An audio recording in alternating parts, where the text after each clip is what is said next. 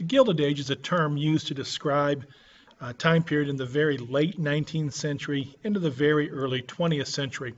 The term itself comes from a book written by Mark Twain and Warner. In it, they referred to a city which from a distance looked like it was made of gold, looked prosperous, looked beautiful, looked wonderful. But when one got closer, could see it was just gold paint peeling away, flecking off. The city was nothing out of the ordinary. That is, on the surface, the city appeared prosperous, or the country appeared prosperous, opportunities for everyone, rags to riches, but underneath it was all corruption and scandals, that only a very small number of people could become wealthy, and that the poor, even the working poor, would stay that way, poor and destitute. So one of the major questions of the Gilded Age is, are these people that amassed great wealth, Carnegie, Rockefeller, J.P. Morgan, that created great businesses like Standard Oil and U.S. Steel, were they captains of industry or were they robber barons? On the captains of industry side, we look at them as being very effective, very successful people who introduced new strategies, new innovations, and who helped the American economy to explode in growth. They were the heroes of the time period they lived in. They should be remembered as great Americans. In this political cartoon, you can see Andrew Carnegie portrayed as a child in a very positive way, that in the same way that a child could play with and build with blocks, Carnegie could build libraries, hundreds of libraries across the United States. Like many of the captains of industry, Carnegie was a philanthropist. On the other hand, many people saw those of the time, and historians look back and say, no, these are robber barons. And they would say that these robber barons, like medieval nobles, benefited from the work of those who they employed, just like medieval nobles benefited from the work of serfs, as though they owned them, and that nobles would be nobles, passing on the title and the wealth from generation to generation, and that serfs would always be serfs. Here, in one of the more prominent political cartoons of the time period, you see the great industrialists representing various trusts and monopolies, labeled as such, shown as big, powerful figures, swords ready to fight, while the working classes of every possible occupation bow before them, laying all their money and wealth at the side, protected by tariffs, with factories belching smoke in the background. This is the heart of what is believed to be a robber baron.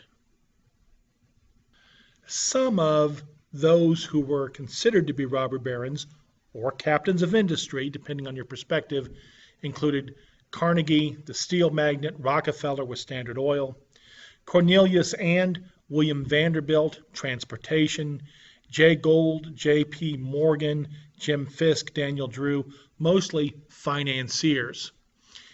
For those who interpret and believe they to be robber barons, they would have said they used unscrupulous, illegal methods to create great wealth, and that just a handful of these people, a very small number, had and controlled 90% of the entire wealth in the United States.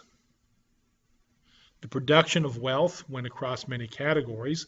Here in the inset, you can see both Cornelius Vanderbilt, transportation primarily, first shipping and then railroads, and of course John D. Rockefeller, the father of Standard Oil. But you can see that wealth is created across railroad, primarily finance, those who just inherited it, retailing, real estate, timber, steel, traction, and others. Now remember, on inheriting, at least Andrew Carnegie would have said through his Gospel of Wealth that that was wrong, that the wealthy had a responsibility to put the money they make back into the country in which they lived. The modern equivalent of that today would be Berkshire Hathaway owner Warren Buffett. Buffett's created a club for billionaires. You only have to have two things to be in this club. One, you have to have at least $1 billion. And two, you have to commit and be in the process of giving away at least half before you die.